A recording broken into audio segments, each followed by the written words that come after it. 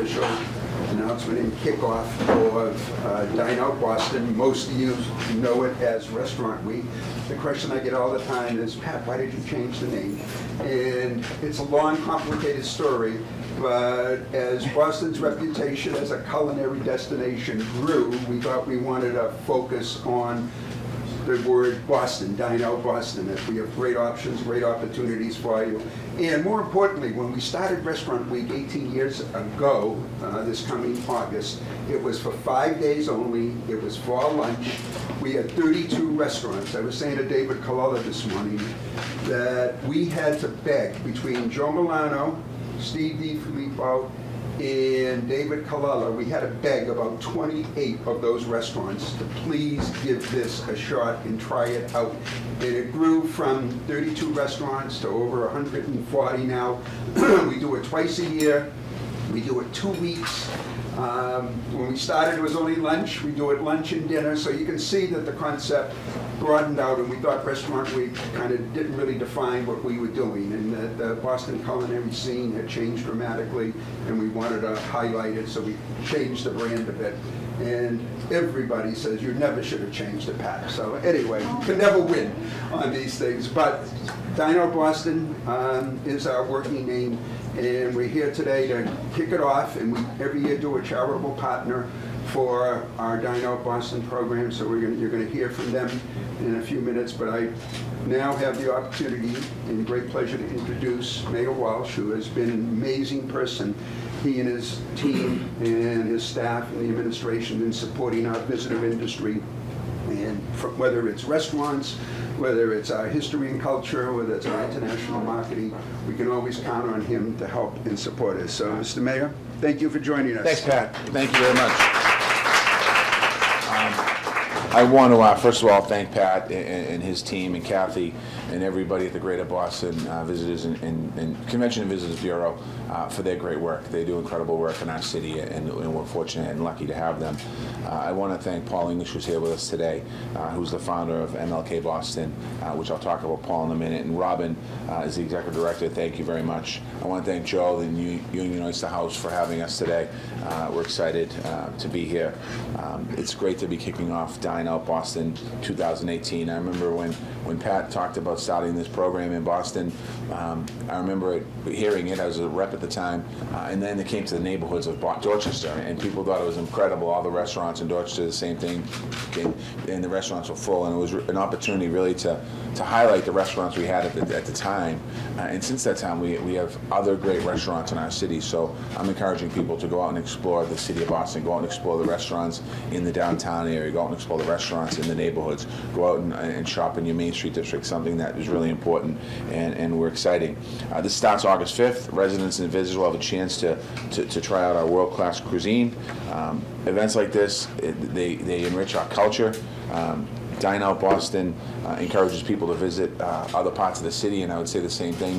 This is a chance, not that I want to take away from Joe here at the Union Oyster House, because we want you here, but it also gives you a chance to go in the neighborhoods and really get a chance to see some incredible and taste some different foods from different cultures in our neighborhood. So it's an opportunity to do all that, and so thank you for that. Dine Out does even more in Boston. Every time this happens, as Pat just mentioned, there's a charitable partner in this process, and this year's Dine Out partner is raising money for MLK Boston. Those of you that are saying, what's MLK Boston? MLK Boston is a group of folks started by Paul English, a philanthropist who started with Paul, are working on designing a major public memorial to Dr. King and Coretta Scott King. And we're excited about that. There's been, to date, hundreds, I think, of meetings that Paul has had with the committee in different communities in our city. Some of those meetings were big meetings, some of those meetings were small little conversations, but this conversation has been going on for far too long in our city. And when Paul, I don't want to say stepped up because he didn't have to, but when Paul offered his support, it's just taking off, and I want to thank everyone. This is going to encourage a conversation and understand the honors of Dr. King and the Kings, both of them, their legacy and their connection to our city and their contributions to equality. That's still very much alive today. I can't think of a better project to support this year than this particular project. I want to give big thanks to all the sponsors. I want to thank the Greater Boston Convention and Visitors Bureau. I want to thank our founding partner, American Express. I want to thank Beasley Corporation and their stations Country 102.5 and Hot 96.9. I want to thank Dine Out Boston, and I know this is going to be, I don't have to ask for it to be a huge success. I hope it's a huge success. I know it's going to be a huge success because it always is. And I look forward to everyone enjoying food and great food in the city of Boston. And I look forward to enjoy the event. You know, this is, when you think about what's happening in the world today, the idea of Dine Out Boston was to get people to go out and experience different opportunities in food and allow them the opportunity to get it at a lower rate. It's something that was really important. What MLK Boston is doing is an opportunity really to remember the past and think about moving forward in the future. And there's not a better time, and there can't be a better, there's really not a much better partnership than Dine Out Boston and MLK Boston. I want to thank everyone that's here today. Thank you for being here today. I'll turn it back over to Pat. Thank you. So as the mayor said, I hadn't met Paul before today, but I've certainly read about him because in the travel space he has done some amazing things. And so I had to Google to kind of understand a little bit about what he's doing. And the great terminology they used was he's a serial entrepreneur. And I was saying to my wife, we were talking about it because kayak, which he created, my son, my wife, we use it all the time. And my son lives in Denver, so we're always looking for like the best way and the most inexpensive way to get out there, and et cetera, et cetera, et cetera. But the point is that they talk about him, and then he took that company and then sold that, and then he moved into a new company in the travel space. And I just saw in one of our industry magazines the other day, you kind of like now sort of refocusing what Lola is going to do and all that kind of thing. It's great. So actually, as I was saying to my wife about this, is basically, you know, in a few years, they're not only going to say serial entrepreneur, but philanthropist extraordinaire in terms of what you've done. And when the mayor said all these meetings, I was reading about them as you would go to these meetings and the whole thing, trying to decide where this statute would go, and the other elements that you guys created for it is just remarkable. So we're really honored to have you as our partner, Paul and Robin. So I wanted you to come and say a few words to everybody. Sure, thanks a lot. Thank you. Thanks a lot, everyone. I know I'm going to be eating out a lot. I guess the 5th to the 10th and the 12th to the 17th, so I'm pretty excited about that. I'll go to the website and see where to go. Robin and I are really honored to have MLK Boston chosen as this year's recipient or nonprofit for the event. The event is really important to me. We started the project back in September. I've been a fan of Dr. King's work since I grew up in West Roxbury. I think I was probably 12 years old the first time I read him. And not all Bostonians know that how important Boston is in the history of Dr. King and Coretta Scott King. They met here. There's a love story. She was a student in the New England Conservatory. A lot of his foundational writings was done here while he got his PhD at Boston University. Some of his main influencers came from Boston, and we want to memorialize their time together and also think about if Dr. King were still alive today, what would he be working on, particularly in the city of Boston. So the mayor talked about the memorial which we're going to be building on the Boston Common. The update on that is we had 126 artist teams from around the world apply to be considered for designing the memorial.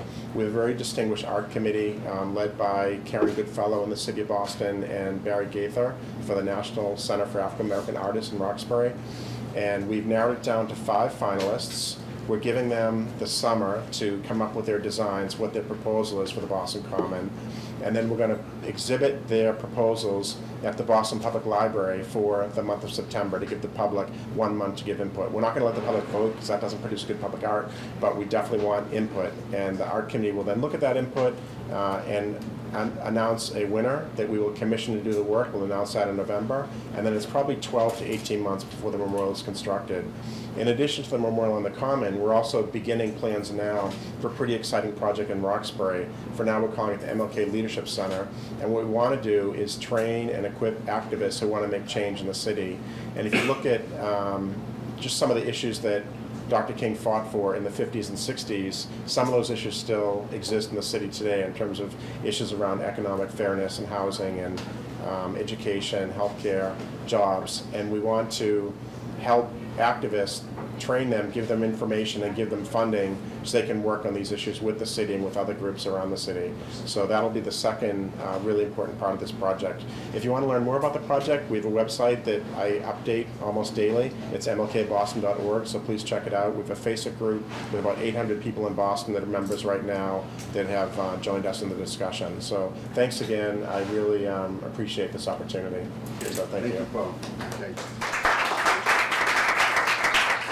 I also want to recognize, Paul talked about MLK Boston, the organization, and the executive director is here, Robin Powell Monges. So I wanted to stand up and people can see you, and thank you for joining us.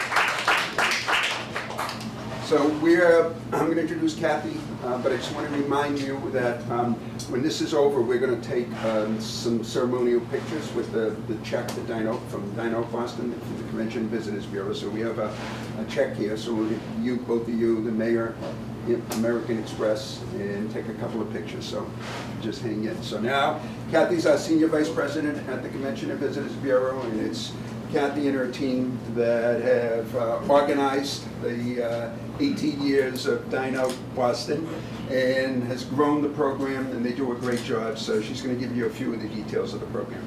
Thank you. Good morning. Dine Out Boston, 10 days away. Go to dineoutboston.com to make your reservations. As Paul said, the dates are August 5 through 10 and 12 through 17. This year, the restaurants have options to create different menus based upon price points. So for lunch, it's $15, $20, or $25, and for dinner, it's 28. No, 20. Help me, Pam. 20. 28. Oh yeah. Thank you, Mayor. Mental block.